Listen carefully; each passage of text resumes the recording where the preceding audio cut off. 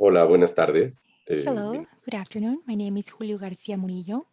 I'm the subdirector of public programs at MUAC, and I have the pleasure of introducing the last panel of our second digital forum, Open Access to Digital University of Patrimonio en un bit.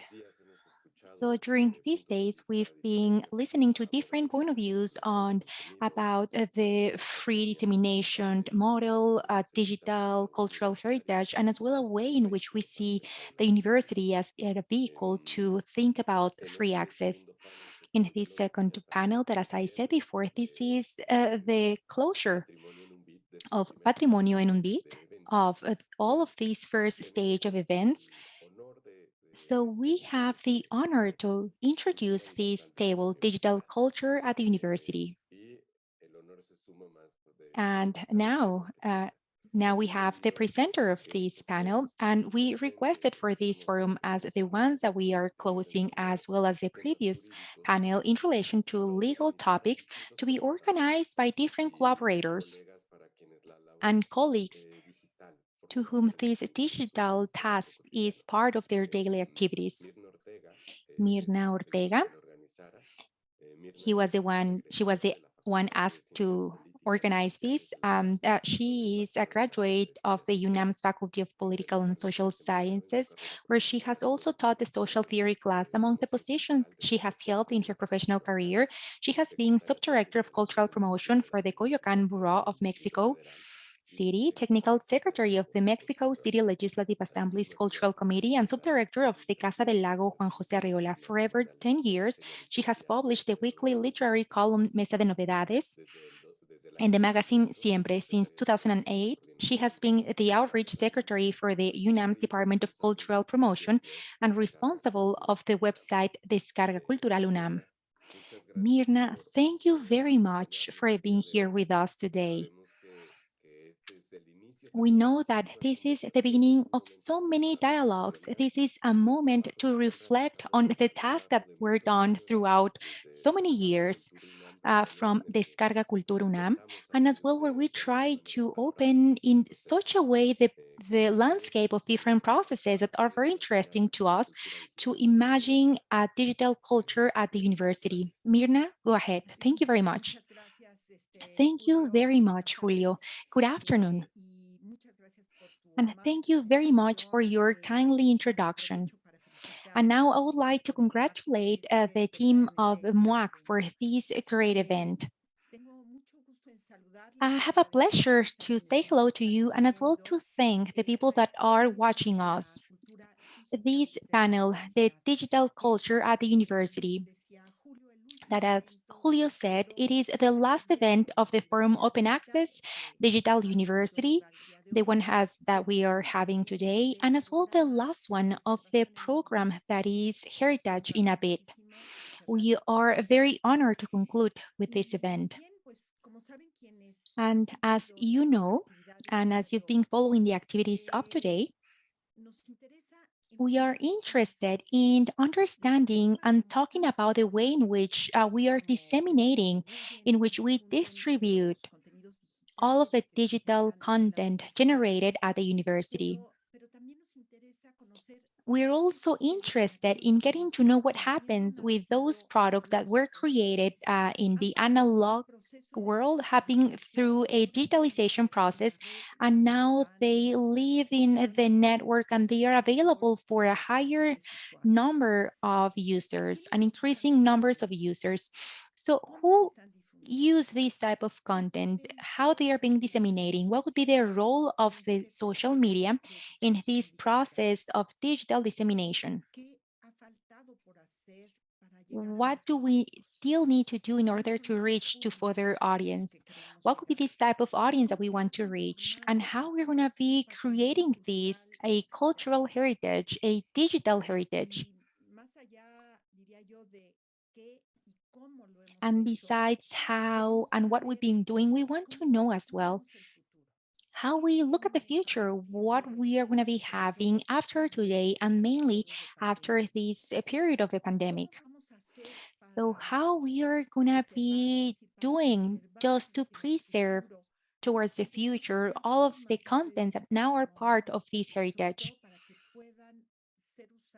in order to be used and enjoyed by the next generations. The Department of Cultural Dissemination, it has a history, a young history, but a solid one of the production of digital content just to expand the cultural promotion to other audiences, thus being coherent with one of the basic objectives of our university, that is expanding with the largest outreach, the benefits of culture. This production of digital contents that was burned that just grew during the pandemic. It may be this type of content that were created digitally that are the result of a process of digitalization. This has established new challenges. Among those, among the challenges related to the dissemination and preservation are probably the most evident, but not the only ones. So I think that after all of these 10 months of the lockdown, I lost the account, but this digital culture acquired a higher importance, as I said before, and was expanded as the huge capacity that it has to reach almost any place and at any moment. In Descarga Cultura UNAM, Cultura en Directo, and Grandes Maestros, we saw an increase of a number of visits and users. And we had to produce more content and, in fact, to modify our way in which we create content. Now we face some other challenges, new challenges. As I said before, how can we preserve these for future generations? How can we preserve this digital content that is what we've been talking about or hearing during this event that is heritage in a bit? How can we attract physically to these audience that get to know us digitally, and how to maintain them in this same digital setting? We have to ask ourselves, what should be the agenda so when we go back to the new norm after the pandemic? So we have a lot of questions, and probably we would have more questions. And we're going to see if we could have some time just to ask some questions. And for this, in order to talk about all of these topics, I invited three specialists. They are professionals in this field, and I've had the pleasure of just going through this digitalization process for the last 14 years, and their teachings have been fundamental in some topics related to digital culture. I would like to welcome and I would like to thank you for accepting this invitation, Grisel Iglesias, Fabián Romo, and Jean-Luc.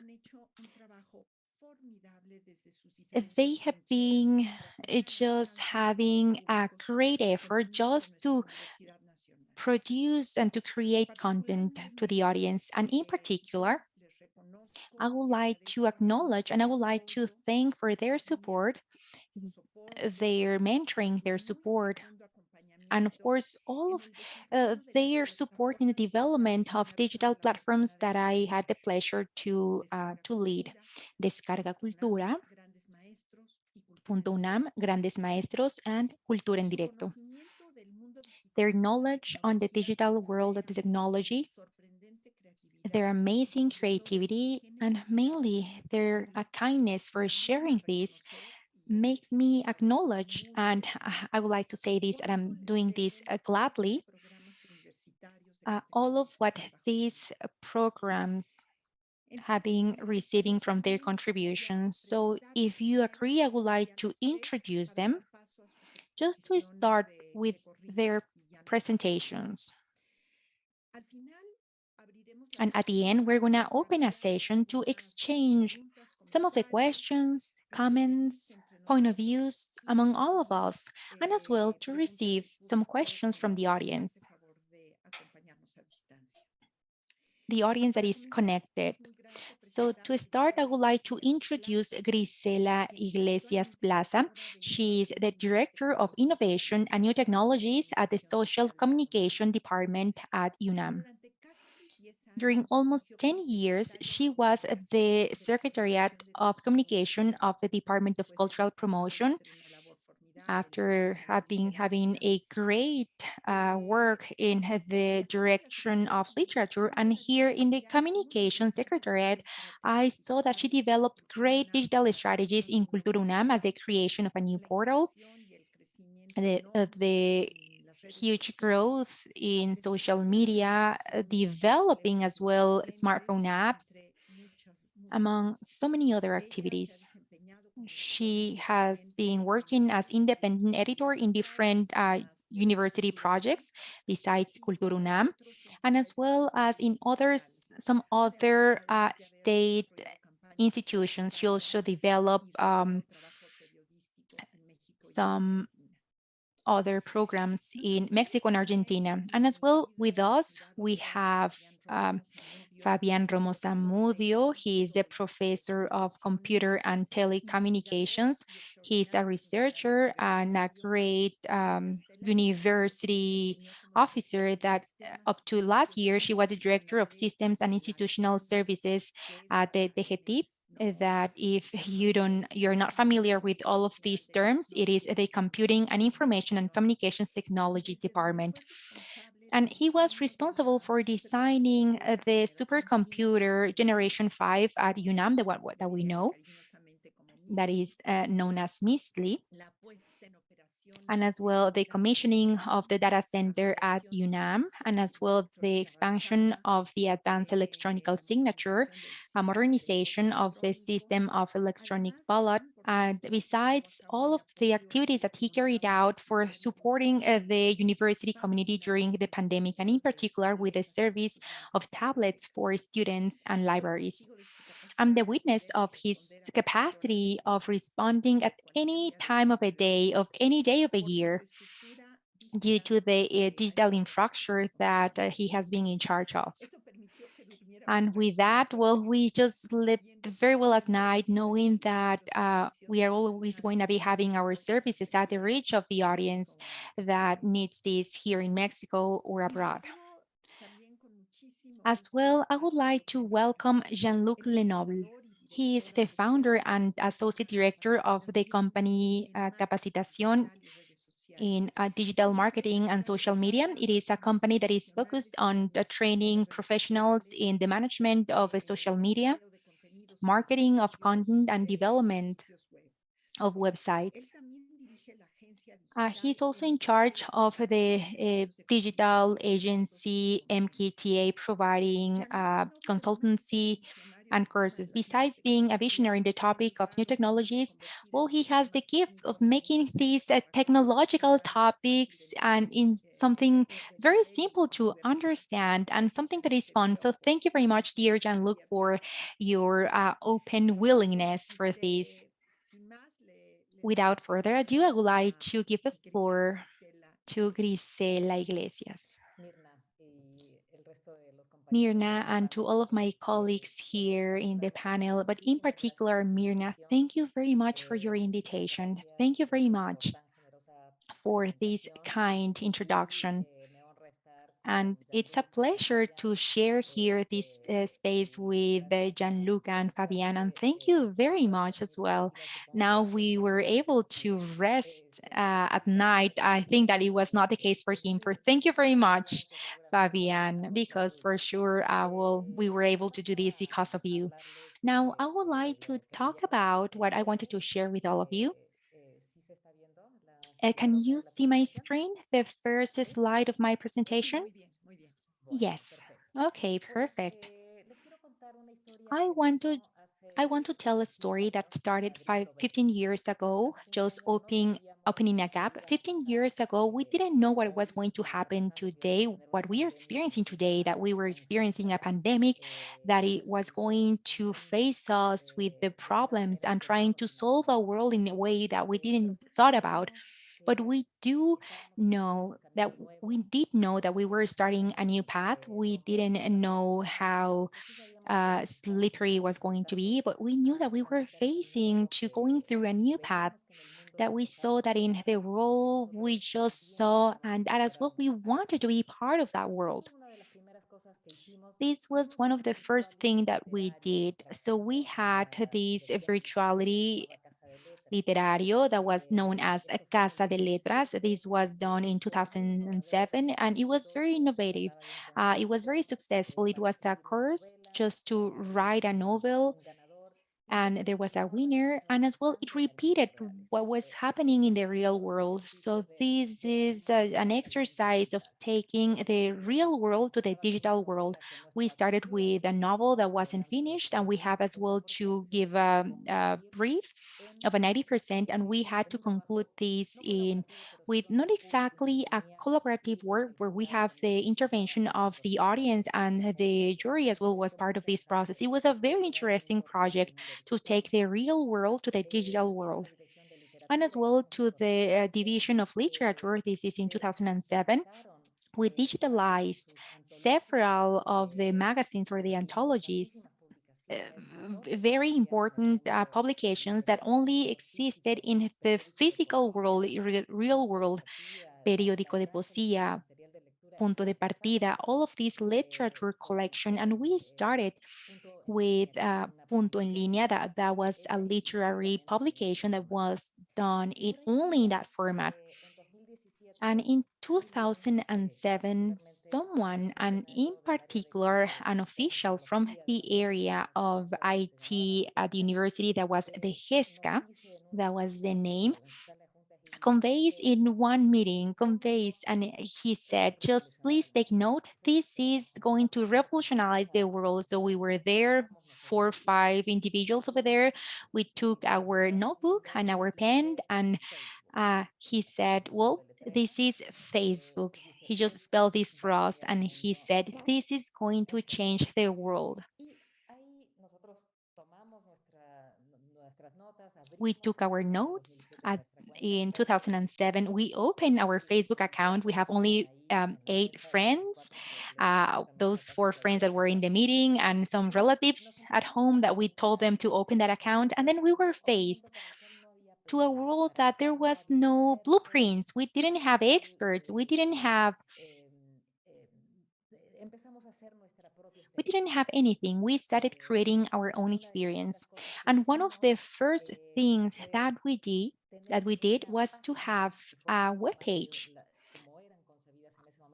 that was more of the traditional web page, and we call them a digital diary.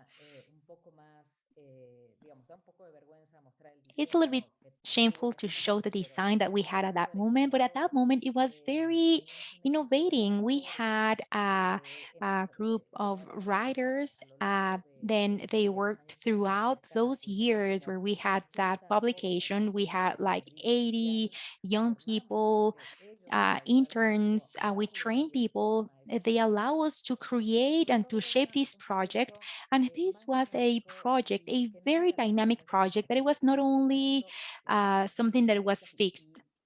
At that moment, some pages were fixed showing information, useful information to the users.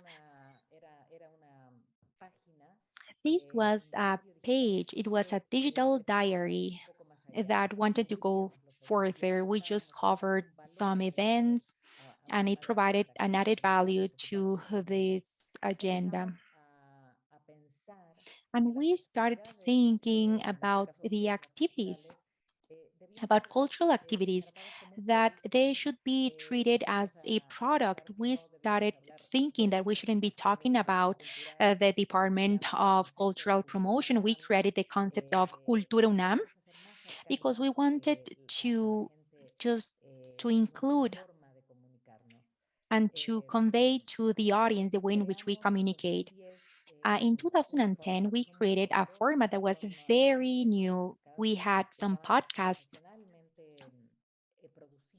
They were produced professionally. They were very well created. We created the scripts as well. They were recorded with professional speakers. And in each one of these, we had a QR code that was printed in a large format where if they scan the QR code, it was linked to this podcast. So today at any diner, we see the QR code in format to see the menu, but at that moment, this was a very innovative, just to starting having the podcast. And as well, we had these tours, these 360 tours in 2010, and we were interested not only in showing and as well reaching our audiences that it was the cultural audience, but as well we were interested in exploring the tools that were available in the digital world to make things differently. And this is one of those, to show our places, our spaces through technological tools that at that moment they were new, and that well they are now a little bit lag behind.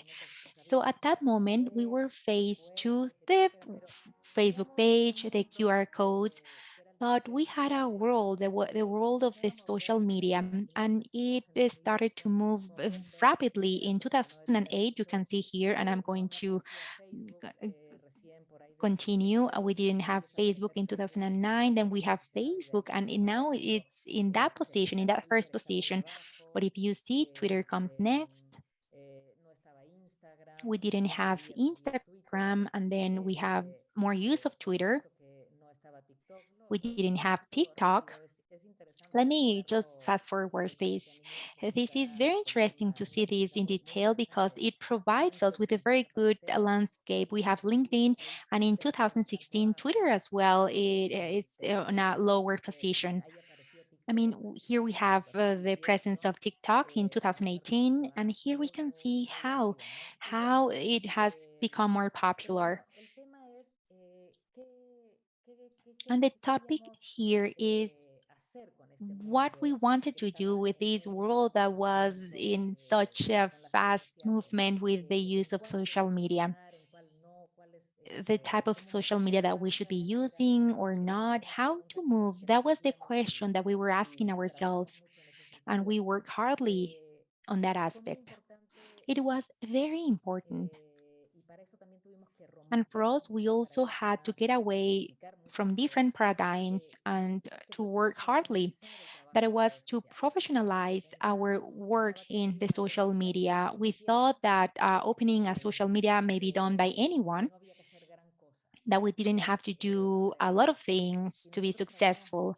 And we worked hardly on opening this type of mindset of individuals and of the institution to show that in order to be successful in the social media, we had to have a professionalized work team. I won't stop here in the workflow, but we worked hardly on having our social media professional, and we were a lot of people working for that. Here, this is a photograph before the pandemic of our work team, and we are there, a lot of people working for our social media and some other digital products may be able to be successful. And this is a success that I can share with you, and I feel very proud of this. In 2016, when we started, of course, now we are in the general direction of social communication. We have less than 200,000 followers in the Facebook account, and now we are around 3.5 million of followers on Facebook. On Twitter, the growth was similar. We had 1,200,000. Now we have more than 3 million followers. And I feel very proud, and I'm very proud to share something that is notorious, that we are among the accounts at a national level. We are in the first position in Twitter. We are the amount with the highest number of followers in the world, and we are in the third position in the university accounts on Facebook, and number 7 on the Instagram accounts. And this has been the result of that professionalization of the work that we've been doing in the social media, and that started, as I said before, 15 years ago, exploring and getting to know a world that where we didn't have experts. So we become expert working together with other people, and now we are here having these results, which are great. So we just reached the moment where we are facing today, the moment of the pandemic. At the beginning of 2020, we had a digital universe of communication and the construction of audiences that was consolidated. And from day one of the pandemic, we provided certainty and information through our platforms, very powerful platforms on what we were experiencing. So we established communication links that for sure were very worthy. Here we have a publication of June and May of 2020. And here we have the last ones. And we're going to continue providing certainty, the certainty that is needed, and the certainty that university provides. When we talk about UNAM experts saying something, people know that it's not a fake news. When people see that we have a publication coming from the Gazette of UNAM or from the social media of UNAM or any other spaces that are known to be part of UNAM, people feel certainty. And that is something extremely important in our audience. Let me go back. Here we have the highlights from the beginning of the pandemic up to this moment in a type of measurement that is engagement, that is the active engagement of users with a publication. So here we have a couple of examples. Those are the ones that had a lot of success, but we are talking about more than 500,000, more than 300,000 or 200,000 interactions that users had with our publications. So here we have reactions, comments, people sharing this content. Uh, So this was done that was established for a long time, the construction of a community that cannot be done overnight. Digital UNAM during the pandemic played a very important role of informing and providing certainty, as I said before, of walking with the people and providing support to the people in that loneliness, providing social service as well. We provided psychological assistance through the Department of Psychology, and as well, we provided some assistance through the comprehensive clinic at the gender clinic for the first time visit, and as well subsequent visits at the general uh, division of sports as well provided a lot of physical activations. The National Library as well made a great effort to maintain their services, or also they were closed. And as well, we had a remote access to all of the repositories and digital collections at UNAM. And as well, they were available more than a lot of courses and specialization programs. We established the Bese Puma services, and as well we disseminated culture. It was very important, and it is still very important, the presence and the importance that university has had, and Julio Canal, they being, those were being the digital spaces. Digital audiences. It is very important, and with this, I would like to conclude with my presentation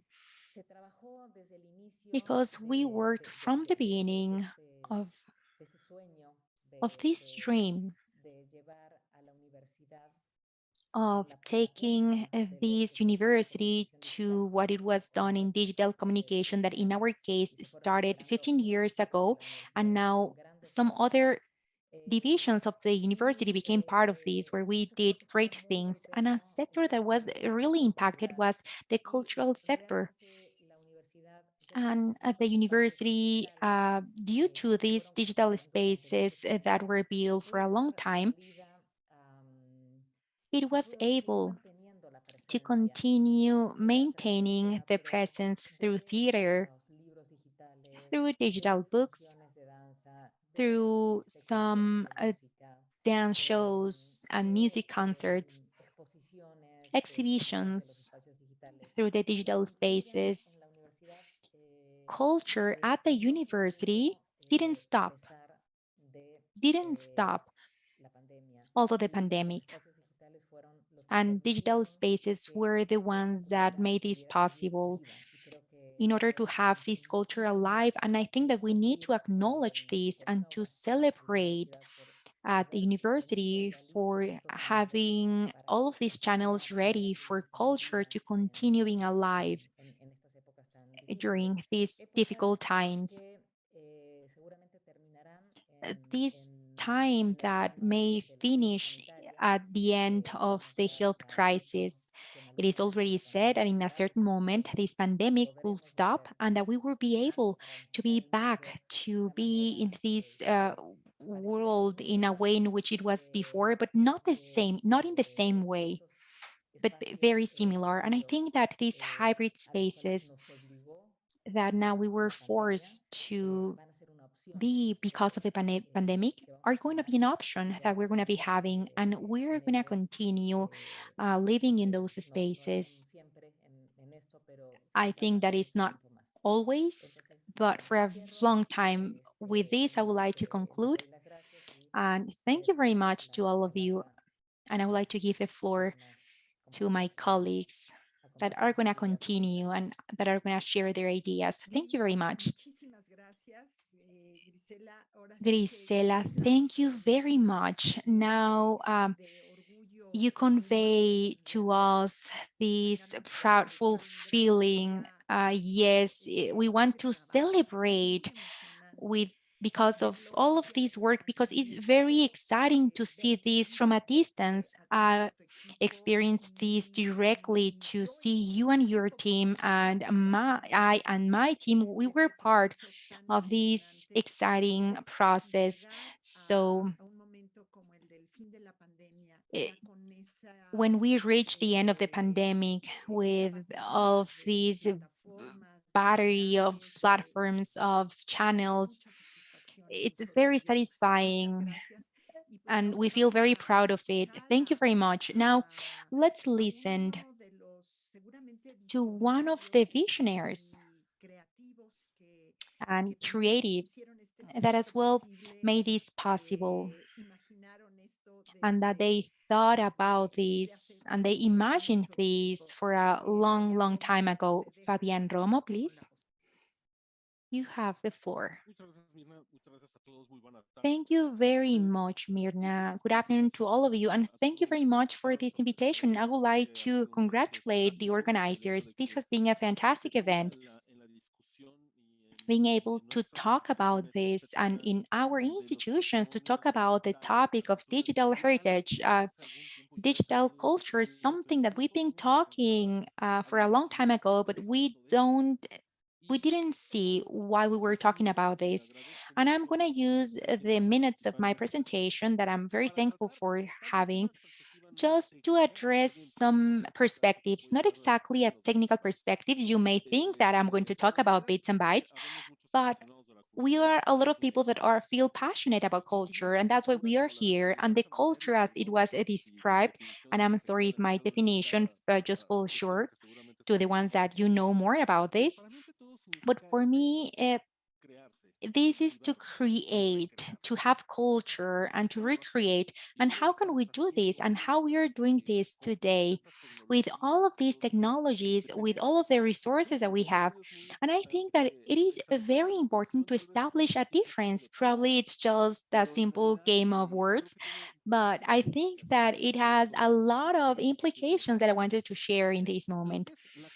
So digital culture and the digital in the culture, why I think this is important? Well, first of all, we have a fundamental aspect that we just set aside with all of these technologies that we have, because at the end, at the center of all of this, we have to have humanity. It is not exactly about bits and bytes. And I know that you may think that if you've been working for the last 30 years working with bits and bytes. But the important thing is that what we do as human beings and how we create ourselves and recreate ourselves as human beings. And in that aspect, I think that I would like to go back just to say that Aristotle said that as human being, we want to know all the time, but what has we been doing for the last years? And that's exactly what I would like to reflect on during these last minutes. And what I mean with this, because you saw this movie that we expected, we were expecting some things. But what is interesting in this sequel of what is mentioned about the different types of intelligence and the ways of life, and that is exactly what we are living. It is not only about the culture and it is not only about relativity and the things that are done by human beings. We've created a new type of species. Probably you may remember a book. I'm sorry, I don't want to give you more information about these books, but I think that is very interesting what is happening in that aspect. So why we talk about digital culture, that would be the first part. I think that mainly it is related to our conception of the world, of art, of creativity, of communication in all the different senses. And something that is very interesting, that is, what are these new ways of communicating with these digital tools? And that's what I would like to point out, how all of these resources, how we are using these resources to have a different type of communication. And you can see that this concept is mixed with the other concept that is the digital in culture. And what I want to explain here is that we've been building during the last 30 years or even more 40 years from where the internet became this commonplace for all of us. That is exactly as how we've been transforming this, or the sense that we wanted to give. You may talk about the global computer, the common space, it doesn't matter. But today, and I always say this, nobody is going to buy a computer if they don't have access to a network. I know very few people that they are not interested in getting connected to the network or the local network of their houses. We're always connected because this is going to show our need that we had from where we were living in the cave of communicating, and not only to communicate, but to know what's the other person thinking. And that's exactly what created what we have here as cultural expression, artistic expressions, languages, and the ways different ways of communicating. So from the beginning of Web 2.0, more than 15 years ago, the Web 1.0, it was an unidirectional network. It was only created from the universities, organizations, companies, the governments. They were just sent content. And now we were faced to this transformation in the way in which we communicate, and now we are all creators. That was the meaning of the Web 2.0. From the moment when we had the power of our devices and with the possibility of using those devices, we may post something to say something, and not exactly the webmaster with the specialization course to upload something. That's exactly what happened at a moment. We had to take a course on how to post something on the web, but now it is very easy. And as well, we may post images, videos, text, we comment what other people say, and all of this is part of our digital culture. And before it didn't exist. Sometimes when we don't have things, that's exactly where we may be able to understand more things. So, what did we do without internet? So, maybe another point of reflection after this session, you may just go and take a and grab a cup of coffee and just think about this. What would happen where we didn't have internet? We saw this, for example, when we have a failure on WhatsApp, or when we don't have access to Facebook, or when we don't have connectivity because of a reason I'm not connected. And this panic of not being connected, this is part of our digital culture, this way of operating, of how we see ourselves, because we produce and reproduce, we create and recreate content, and even a music concert. It was a ceremony, arriving to a place, get together with people, buying a ticket. It was a whole process. And now we create and recreate as many times as we want. I would like to share here a case at the end of this slide. A couple of years ago, I remember that when we bought an LP, probably you don't know about this. Well, now I'll becoming more trendy, but it was a ceremony listening to this LP, and all the people gather to listen to an LP. Now, anyone can download a music. They listen to a song. They download this with Spotify or Shazam. And before, we had to wait 1 week to go and have this CD. This is part of our culture and the society of the hectic. And we want to have things very quickly to arrive, to answer, to consume. And that's exactly the result of this type of culture. This is part of our cultural habits to change very quickly the power of our finger, that as well we may have some diseases because as well the possibility of moving between channels, and before we only have 8 channels, but now we may have a huge amount of channels or satellite services, because we may have hundred of channels. But I would like to really ask, how new are the things that we see? How different are they from what we had?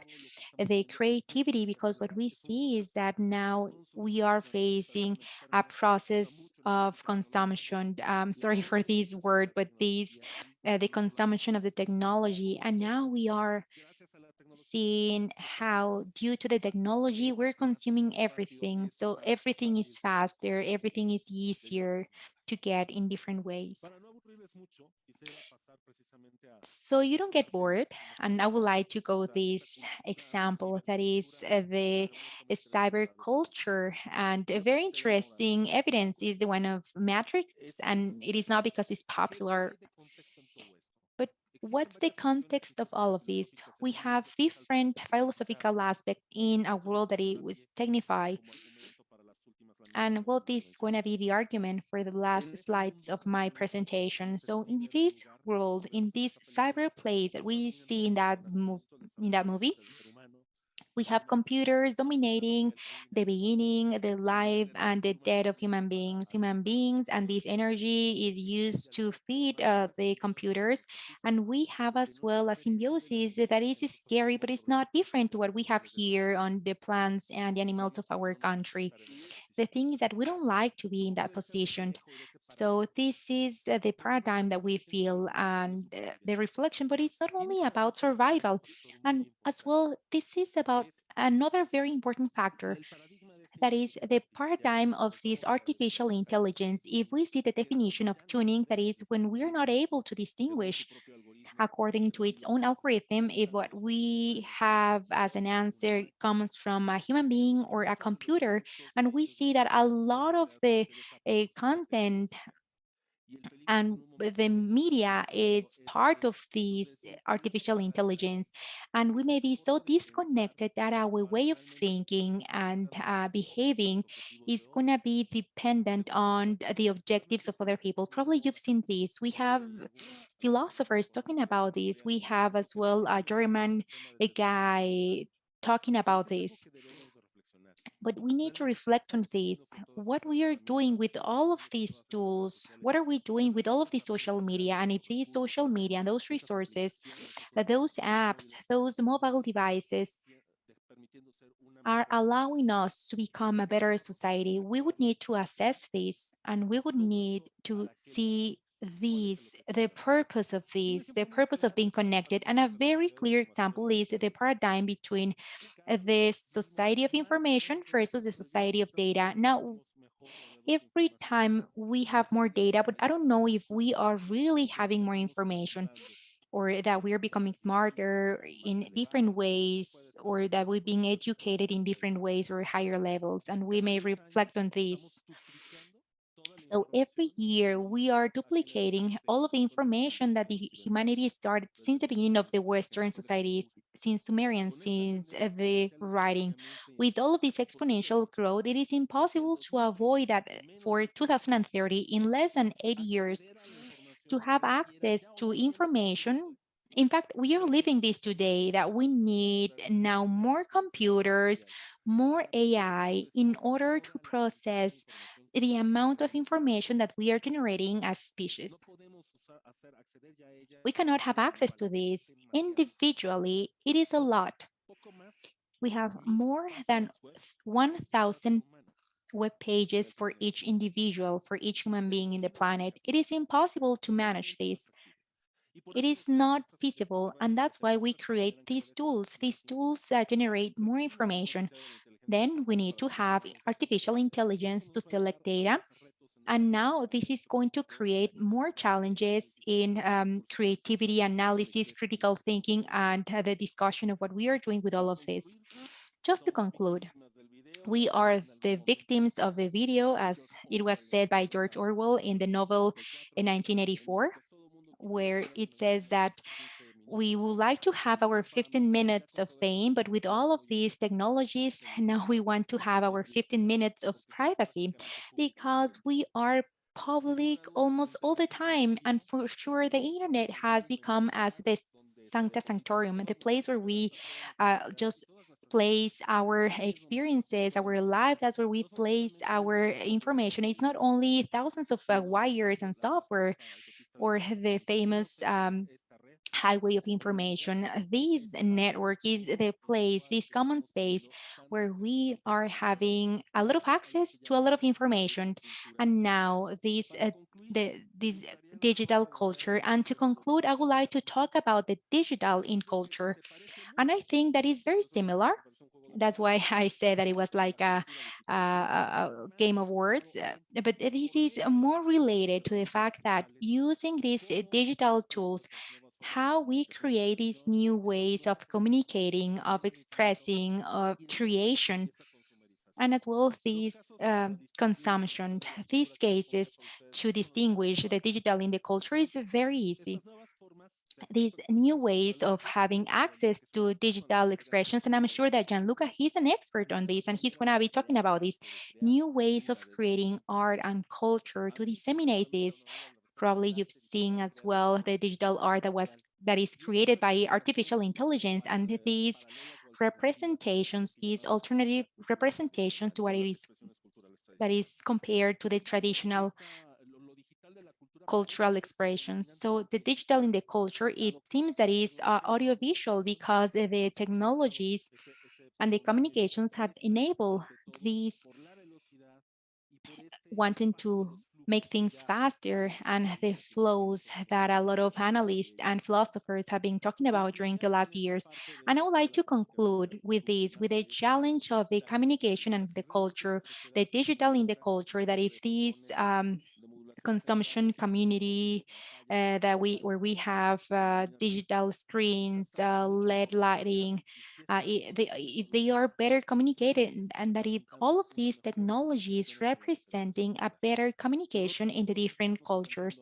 So we may be faced to two paradigms, one of a punk culture that is technified, leveraging all of these products of the science and the technology, but is not using the mechanisms. uh, they don't respect the scientific method, they don't respect the preservation of the environment, and they consume everything. And on the other hand, the risk of the dissociation of humanity in the use and the analysis of the resources. The digital in the culture is going to set some responsibilities to the future. And I would like to conclude with this, and I would like you to reflect on this, to identify each one of us what is the proper use that we may have in the technology, to establish the proper ethical schemes as individuals and society, to counteract all of these infinity of knowledge and experiences that are divided and scattered throughout the social media, at the risk of isolation in terms of health, with a lack of sense, and having a lot of different options of the swapping, this transculturalization that we have here right now, and the Babel Tower, because it seems that everything is related to one same language. And to see what can we do with all of this freedom, that it's only like supposedly. So thank you very much. This is the reading that I would like to recommend to all of you, where we have the culture in the modern society from Eric Hausborn. So thank you very much to all of you. Thank you very much, Myrna. Muchísimas gracias a ti, Thank Fabián. you very much, Fabian. Nos dejas, por lo menos me dejas a mí con un montón de preguntas. La I verdad have es so many que da questions. para We otro could encuentro, spend creo, another específico meeting porque hay like the varios. one that we have ¿Qué here, hacemos organized by the con MUAC. todo esto? What can we do with all of this? Cómo vivimos, cómo How nos can we live? comunicamos How can we en medio de communicate tantas in the nuevas midst of tecnologías, de so tanta many new technologies, información? of so much Creo information? que tendremos mucho I que think hablar that sobre esto, we have a lot of incluso la things to presencia de la talk about. universidad. What we Tenemos que hacer do aquí at the escucharemos, university que can esta es do parte de facing the challenges that es you parte de nuestra are responsabilidad. depicting, because Muchísimas this is gracias, part of our Fabián. Y responsibility. creo Thank you very que much, Fabian. enlaza mucho And I think that this is con related aquello de lo que nos va a to what platicar Jean-Luc Lenoble, Jean-Luc porque tiene que ver Lenoble is going to share, because más allá this is related to con el futuro, con lo que the viene, future, de lo to what cual is es coming, esta responsabilidad de la que habla Fabián. and the Creo que es responsibility that todavía Fabian talks about. I más think that grande it por is esa parte. larger. Muchas gracias, Jean-Luc. Thank you Te very dejo la much, palabra. Jean-Luc. You have the floor. Thank you very much, Myrna. I would like to thank the MUAC for the organization of this event that I loved. Thank you very much to you, Myrna, for this invitation. Grisela, Fabian, thank you very much for sharing this panel, this presentation. And I would like to talk about the future, or what can happen to us with the digital culture in a coming future that is not exactly that is going to be a coming future. First of all, we're going back to school, and after 2 years, well, we all lived the virtues of working at home, of being connected at home, of not having to use the public transportation or the car. And I think that the students, like, we are afraid of going back to this tangible reality. But what was this reality that we had and that we lived during those years? It was exactly that.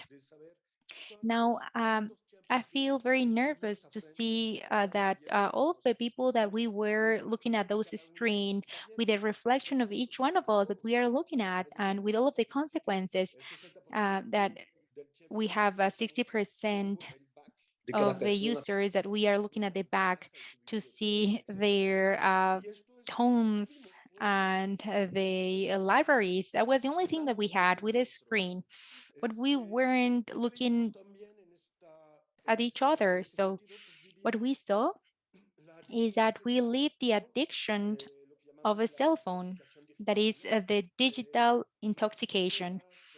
for longer hours. In average, in Mexico, we use the internet and as well with the use of a cell phone more than 9 hours a day. And UNAM reflected on that, on this phenomenon that is not a disease, it's just a phenomenon as a FOMO, fear of missing out, the phobing, flooring, all of these that is happening with the addiction of a cell phone. But what can happen later? Here we can see a chess mat.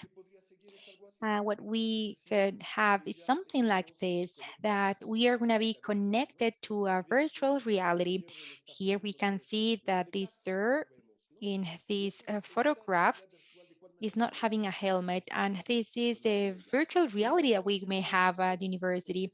And what we did with Facebook, we had a social media that we're going to be included in what metaverse, that is the metaverse that is proposed by Facebook. And it proposes us not only to have the capacity to see, to listen, to talk, but besides this, the possibility of being part of the social media and as well to feel. To enter to this virtual reality, we would have to have devices to be immersed, a helmet to see this 3D world, some controls, just to write or to change from one screen to the other. What else? Touch, the capacity of grabbing some objects using these type of gloves to touch other people, among some other things. And besides that, we are going to be having the touch using this type of uniforms. It is not marketed yet, but what we have here is that our body having this touch with virtual reality up to having this type of devices is like a vest. And the interesting thing of this vest that is useful for games that due to this concept of touch, we may be able to feel hits in virtual reality. We're going to be talking about this phenomenon. And of course, in relation to education, it is going to be very useful. We're going to be having in the next future connected in classrooms. We are going to be able to download documents, to watch videos, to talk to the students with the teacher. We are going to be embedded in a classroom. And the interesting thing about the digitalization of content is that, as you already know, when we upload content on Facebook, they say that they are the owners of the content. So what would happen if we're going to be using Facebook or the metaverse of Facebook? What is going to happen with those content that we want to upload? And what would be the copyrights of the content that we upload to that platform? Of course, it's going to be useful because here we have another metaverse that was done by Microsoft. It is now being used. It is called Mesh, where we may gather, we may get along with different people. We may carry out the environment analysis, the geography. It is also going to be useful in science as with the creation of some models of a brain. So it may be analyzed by several individuals. Here we can see that a Microsoft helmet is lighter than the one of Meta of Facebook. And this is going to be useful, for example, for the cars and in the fields of the science and the industry. Here we can see the construction of a car in 3D. So a lot of specialists in different parts of the world may be building this model, and we would need to do this. And I think that all of the different schools related to engineering, science, geology, geography, and even communication, we are going to be able to have the advantage of using all of those tools for our activities.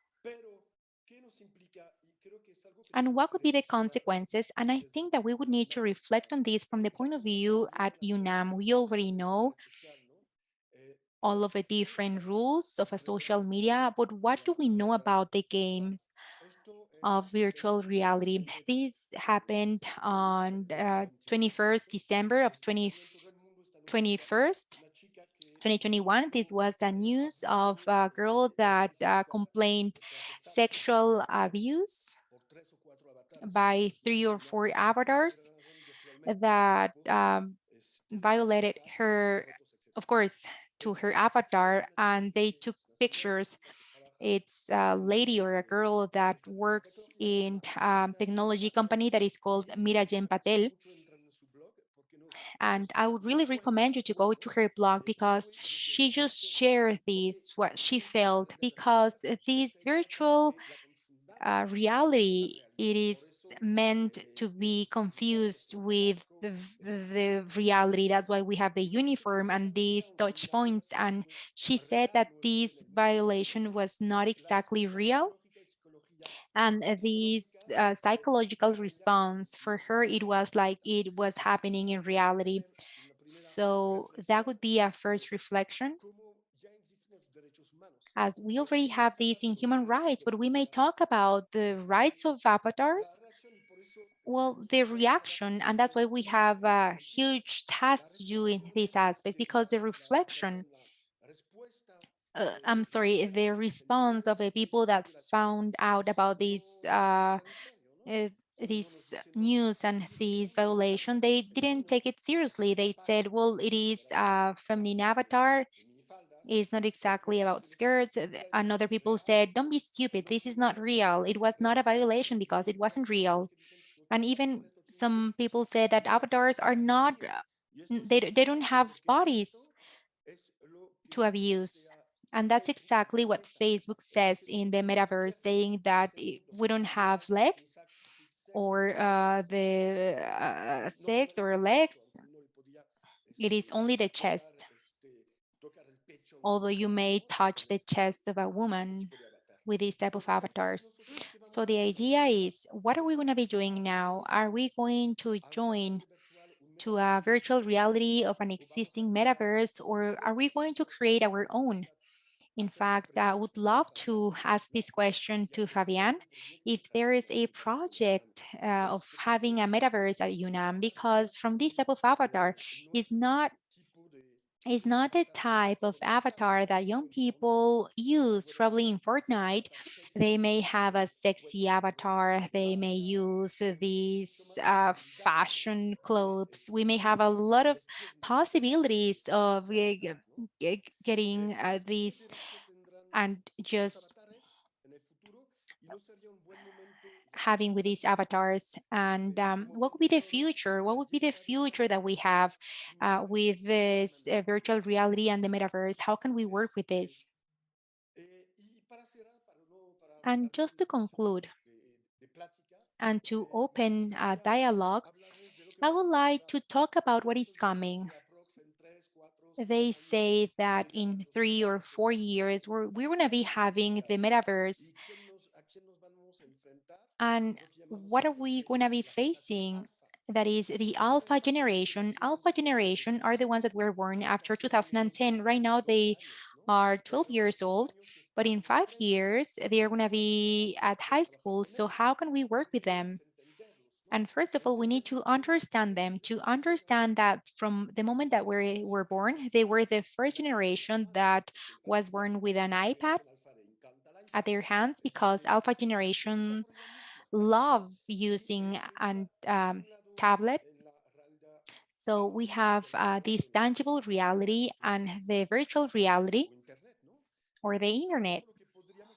So what we foresee is that as they are already educated, they prefer to have these specific skills, to take courses instead of having a formal degree.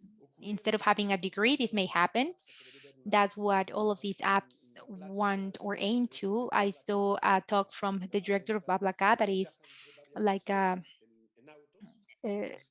a rent of different vehicles, and they say, I don't want professionals, I want people having different type of courses, something that is more practical.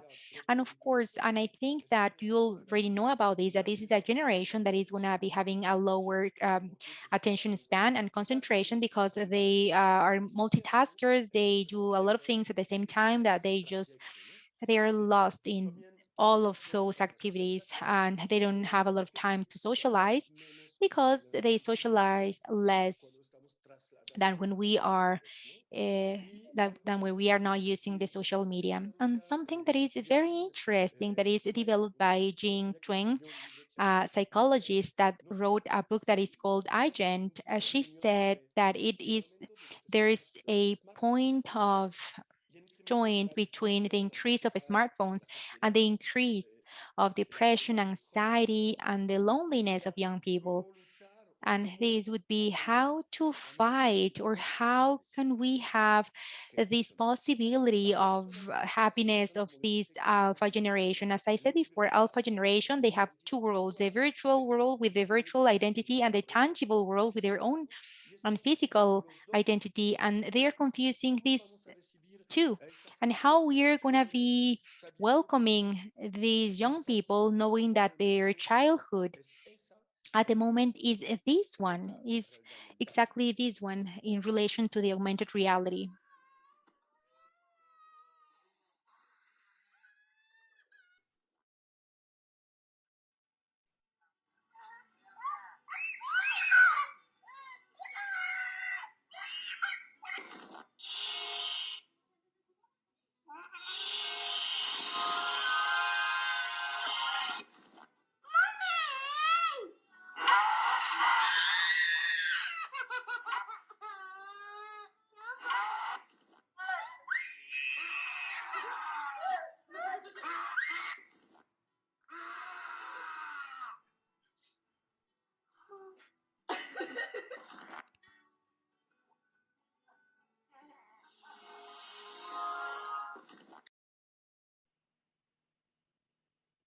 Esto es, creo, lo que están viviendo I hoy en think día. that this is what they are living.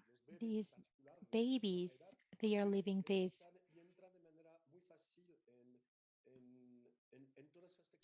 They are part of all of these technologies easily because their parents are millennials and they were the ones that entered and started using the technology at a 100%. This is just a reflection for all of you. And this is what we're going to be able to address. We have to address this as a university. So thank you very much.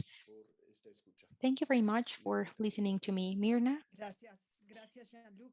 Pues Thank you, Jean-Luc. tremendo, creo que se ligan las And I think that we prácticas link these de three ustedes presentations. y nos llevan las tres And these a three este presentations punto que estás take planteando, us to what you conveyed, Jean-Luc, that is what to do, what is our responsibility, and the responsibility that we have at the university, that is the field in which plantear we algunos can caminos address and set some para actuar paths frente a esto, porque comenzamos to con act. Because uno we de started with los puntos que planteaba al one of the principio, points that I said at the era beginning, que yo that it sentía was que that I habían felt retos that que there were indudablemente challenges iban más allá that were de la beyond divulgación e of inclusive de la the promotion preservación y and todo even lo the importante preservation que son estos temas. with the Pero aquí importance estamos of those hablando topics. de And now una we are talking responsabilidad about mayor que tiene que ver a higher con responsibility that is related cómo nos preparamos, to how can we prepare en cuestión ourselves, and de how can derechos we be humanos, prepared in relation de of these topics responsabilidad of frente human a las rights and aplicaciones responsibilities tecnológicas, in ¿no? relation to the psychological Y bueno, consequences. Grisela lo And planteó al Grisela inicio, talked cuando about this at the aquel beginning visionario when this visionario official, this habló de visionary Facebook, talked ¿no? about Facebook. Ya había que comenzar a We prepararse. Entonces yo quisiera had to preguntarles prepare even a from los that tres, time. So I would like to ask the three ¿cómo of you, conciben que how podamos do you think prepararnos that we may desde la be able to be universidad prepared at the university para atender este nuevo mundo to digital al address cual this los new jóvenes digital están world that young people are going to be faced to a partir de ahora? from this Venga, moment Gris, ¿por on? qué no? Gris, Inicias, please, would you Grisel. like to start? Gracias, Mira. Mira, Thank you very much, Myrna. es la respuesta del millón. Well, this is the $1 million response. Bote pronto te I could say that I don't have a close answer, pero yo creo que va por el lado de but I think that this la is related to the preparación fact como that the universidad preparation that estamos as construyendo para university we may enfrentarnos have to face pues a un meteorito que ahí viene, digamos. a O meteorite sea, that is coming. desviarlo creo que no es To opción. deviate it, it is not an option. Me quedo con esa sensación I have que this feeling that is not así possible. como hace 15 años That as estábamos 15 years viendo ago, we veíamos were qué looking at the cosas se fact that necesitaban para we curiosidad had new technologies and we ver, were very curious. pues ahora creo que tenemos el deber I de think that enfrentarnos now we have the con duty curiosidad to y have this y con mucho curiosity respeto de lo que está and with a lot pasando, of ¿no? respect of Creo what is que happening. las funciones sustantivas, I o think al that menos dos the de las funciones substantial sustantivas que tiene functions, una or at universidad, least que son two of the enseñanza y substantial investigación, functions that university has, that is teaching deberían and estar, research, deberán estar abocadas should a be hacer addressed una reflexión to crítica reflect sobre eso. critically on this. Creo que, digamos, el ámbito digamos, quienes hacen I los believe abogados, that, ¿no? for Quienes example, estudian el lawyers, cumplimiento de las the leyes, ones studying the functioning of derechos laws, humanos, human rights, filosofía, philosophy, sociólogos, sociologists, pedagogos, pedagogists. eh, creo que creo que las ciencias sociales y I las think that the humanidades social tienen un science gran and reto humanity, ante esta avalancha que se nos the viene, human sciences as el well, they meteorito have que se nos a viene, huge challenge, the para hacer meteorite that is una coming, reflexión. to reflect on this. Creo que la pedagogía, como And te I think that decía, pedagogy, as I said debemos before, de estar pensando y haciendo, should be reflecting on this digamos, haciendo investigación para ver cómo le van a hacer and should be frente a esto. researching Desde on la how they're going to universidad, be facing o sea, all of creo que these at lo the único, no sé universities. si lo único, pero digamos, lo que se me ocurre es que deberíamos de hacer como universidad What es I think that we should do as a abocar a la university is that reflexión to crítica, a be tener como just herramienta paying la attention creatividad y la to the investigación critical thinking, sobre to cómo research desde on las this, áreas how from the different fields, le tenemos que hacer frente a algo que we va a have to ocurrir. face something that is going to O happen. sea, creo que digamos, creo que estas cosas que planteaba Jean-Luc ya What están Jean-Luc aquí, said, digamos. they O are sea, es already como here. un poco lo que tú This is decías de the Facebook, ¿no? idea of what you said Cuando el about diccionario nos Facebook. habla de Facebook, When this eso ya está, official talked no about lo Facebook, conocíamos Facebook muchos, already existed. Although era pues probably nada más, we didn't know about ¿no? this, O but sea, it already pero ya existed. todo esto Facebook was already del there. metaverso y todo eso So the metaverse ya está and aquí. all of Entonces, those things is creo already que here. lo tenemos en la universidad, creo que lo tenemos I think that at que the enfrentar university, we need to face con las this herramientas más poderosas que tiene with la the pedagogía, most que powerful es la tools that the investigación university have, that is y el pensar, research, ¿no? Y también desde la cultura, sin duda, and as ¿no? well O from the sea, culture. o sea, y creo que lo está haciendo también, And I ¿no? think that is being done. Los creadores también están All of the reflexionando sobre esto. creators, they are reflecting on this. Es un poco lo que yo te Sí, diría. gracias. Sí, sí, sí, Yes, yes, that's tenemos right. un arma en las manos We muy do have poderosa a very y lo powerful mismo weapon on our puede servir hands. para la It may be destrucción o para useful la for the creación. destruction or Y for ahí están construction. los retos And que that's where we have a challenges. Fabián The muy challenges específicas, that ¿no? you ¿Tú, said, tú, Fabian, cómo, very cómo specific challenges. responderías How would a you esta answer? pregunta? How would you ¿Cómo respond to crees this question?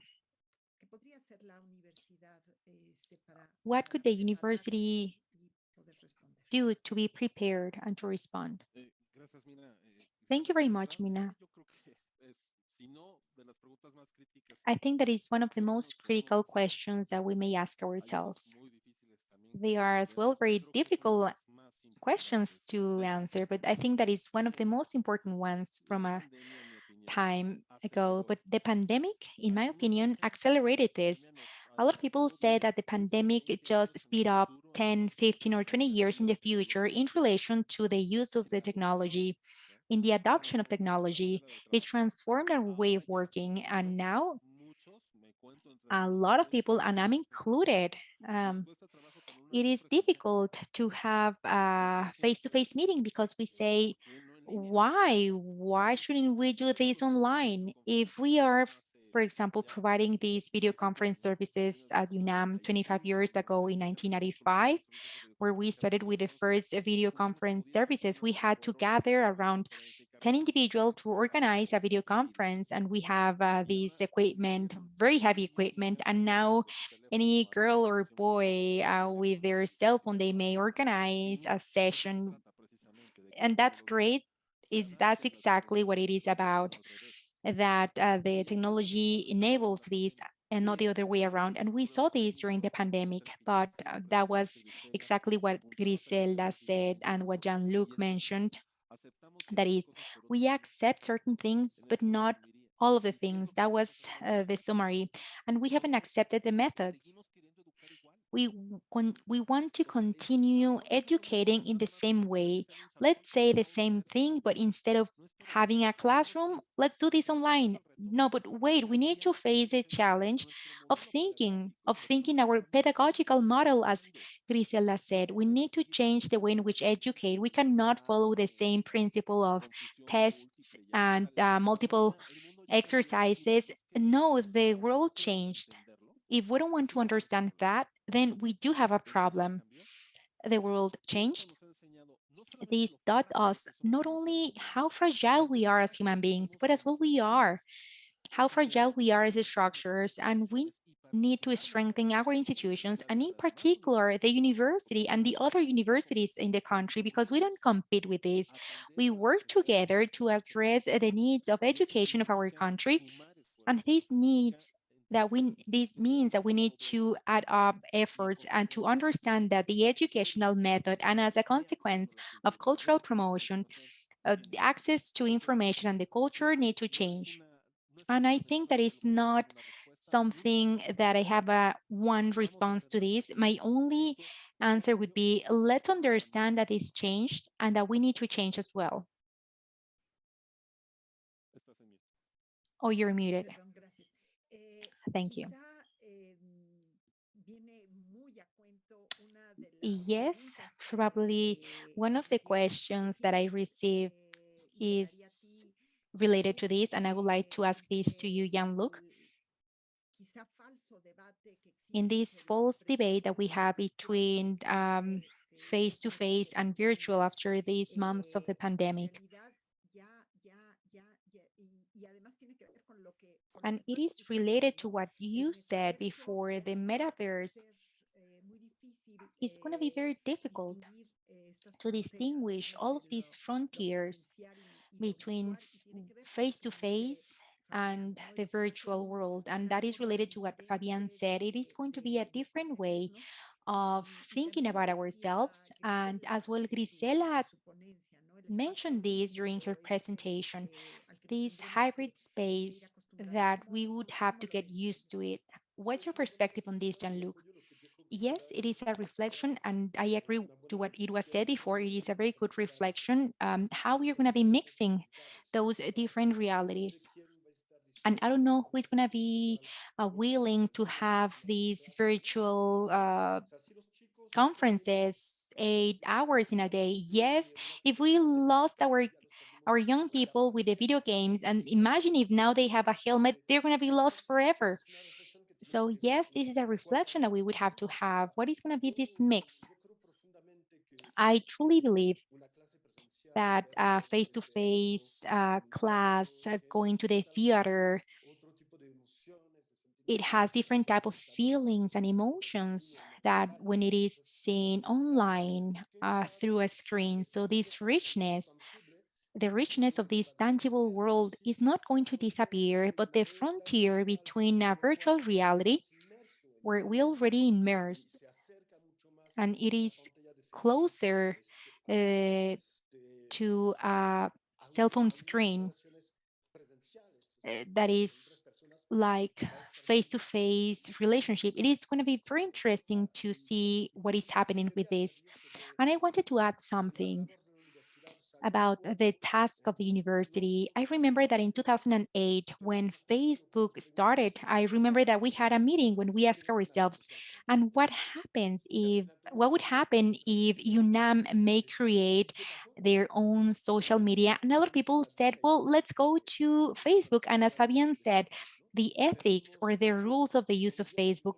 And as Grisela said, this is a huge effort in the case of the social media of having outreach and engagement, because we are fighting to algorithms that they are not our algorithms. And that would be the question. The question is, yes, if we have time and if UNAM would have the intention of creating their own metaverse with their own ethics, with its own avatars and its own rights of the avatars, or we are gonna go back to the clause of private companies as Microsoft, Facebook establishing their own rules.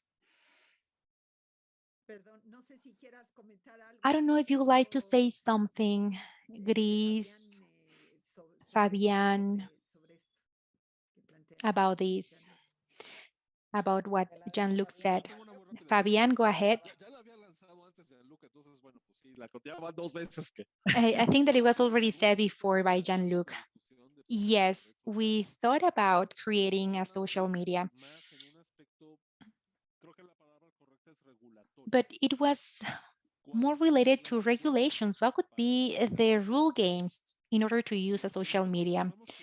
And we see this, that social media like Facebook, I don't want to sound catastrophic. We are just looking at the data. They are becoming victims of the own rules of their games. So it is great to share, we open communication, but having these rules of an institutions where we just focused on education, culture promotion, research, it is okay. I've always been advocating for having our own social media here at the university with clear operating rules.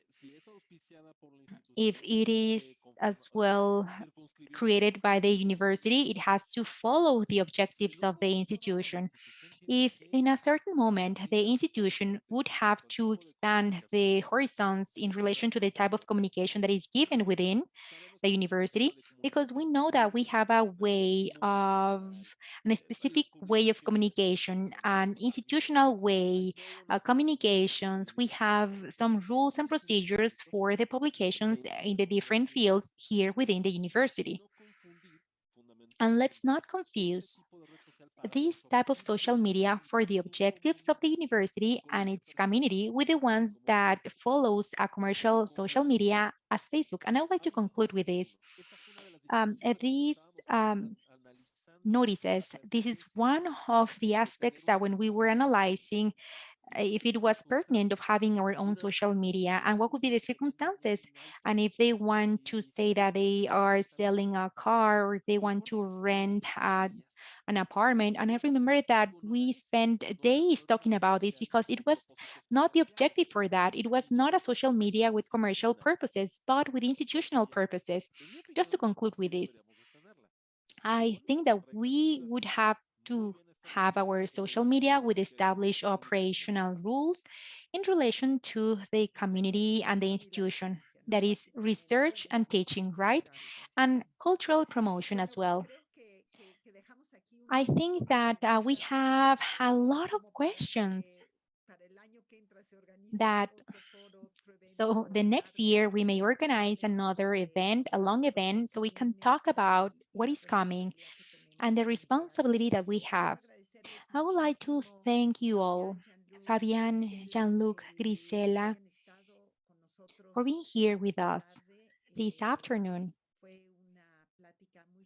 It was a very enriching talk. I stay with a lot of ideas and to meet you soon and to speak face to face as well, Jean-Luc, following what you said, just to hug you all and to share the physical world with all of you. So thank you very much, Julio, for this invitation. And I would like to conclude with this. You have a floor. Thank you very much, Myrna, Jean-Luc, Grisela, and Fabian. As you said, Myrna, we stay with so many things to do, so many things to do, to imagine, and to reflect upon. And I would like to thank you all, to the users that were connected through the different platforms, and to remind you as well that with this panel, we conclude one stage, a stage of a heritage in a bit of the keynote conferences and panels and tables, but the website in this moment is starting a transformation as well. All of the conferences and all of the content that was created would be available there. And we are going to be having a different organization, thinking that it's not a live event, but it's going to be the memory of this meeting. And as Myrna said, I think that now we need to imagine in 1 year, what can we think about all together?